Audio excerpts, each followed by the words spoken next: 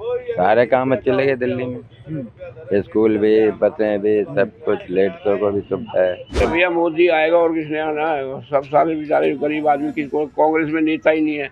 मोदी सरकार का कार्यकाल बहुत अच्छा है। क्या क्या अच्छा लगता है मोदी जी में आपको? जय श्री राम। 400 सीट आने वाली नहीं है।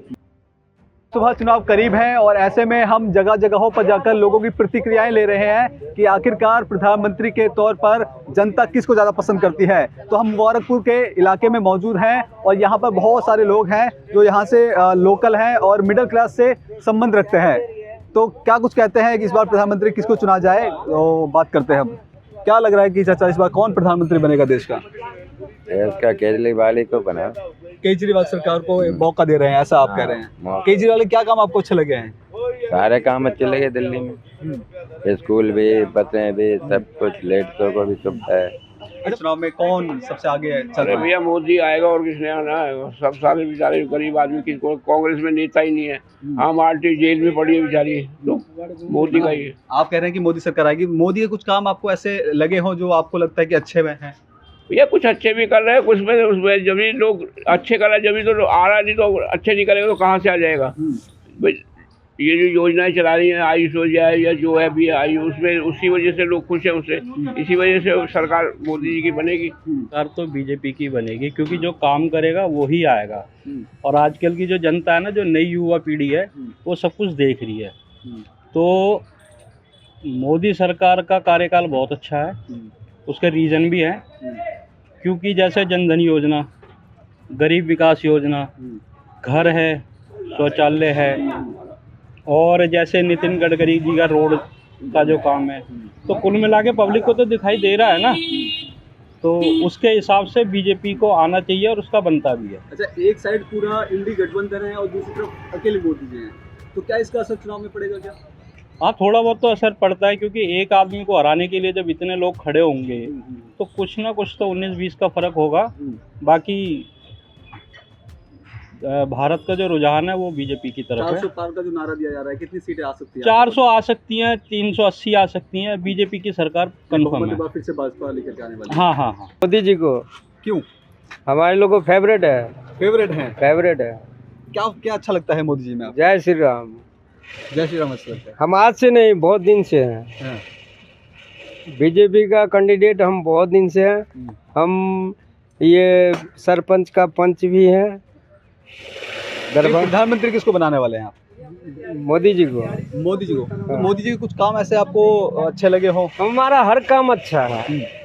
जहाँ पे मोदी जी को जो भी बोले वो हमारा एकदम फेवरेट है। मोदी लहर है। लहर और है। इस बार बीजेपी हाँ, कितनी सीटें लेके आने वाली है? अब जो लेके आए वैसे 400 पार तो आपको पता ही है, पर मोदी जी हमारा मोदी जी है। हाँ। सीट एक भी मिल जाए हाँ। तो अच्छा आएगा। ठीक है, मोदी जी का सीट एक भी आएगा तो अच्छा आएगा। मैं खुद ही प्रेमी हूँ मोदी के, कब से हूँ जानते हो। जबकि भाजपा जो था वो अटल बिहारी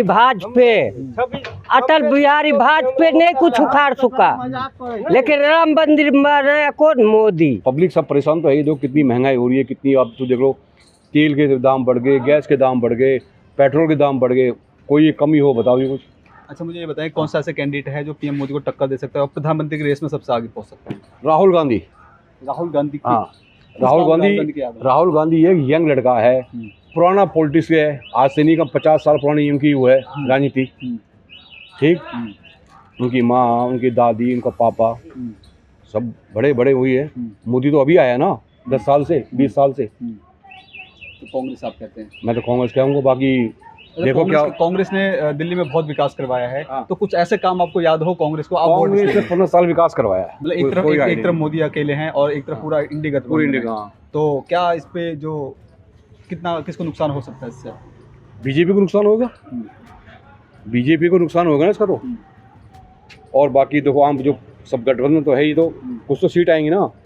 ये तो नहीं है कि अभी कह रहा 400 सीट आएगी। 400 सीट आने वाली नहीं है। 200 सीट आ जाए वो बड़ी मुश्किल है। देखो अब धारा 370 थी, एक नासूर था हिंदुस्तान के लिए, जिसपे JK की महबूबा मुफ्ती फ़ारूक अब्दुल्ला बोलते थे कि अगर ये ख़त्म कर दी तो यहाँ खून की नदियाँ बहेंगी। ये कांग्रेस नहीं कर सकती थी और ना वो चाहती थी। जितने भी राम मंदिर का मसला है ये भी कांग्रेस ने लटकाए रखा। अब 10 साल में कैसे हो गया? अब कोर्ट ने कैसे डिसीजन दे दिए? 70 साल से क्यों नहीं ऐसा हो रहा था? अच्छा, एक तरफ बीजेपी है और एक तरफ पूरा इंडी गठबंधन है, तो क्या इसका असर क्या बीजेपी को पड़ेगा चुनावों पर? बीजेपी ज़्यादा लेके जाएगी, ज़्यादा लेके जाएगी। कोई उनके पास लीडर ही नहीं है। तमाम जो देश भर में जो पार्टियां हैं, क्या लगता है कि कोई ऐसा नेता है जो पीएम मोदी को टक्कर दे सके?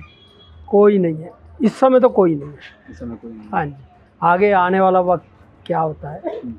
आगे योगी तैयार है, तो इनके आगे टक्कर में इनके कोई नहीं आएगा।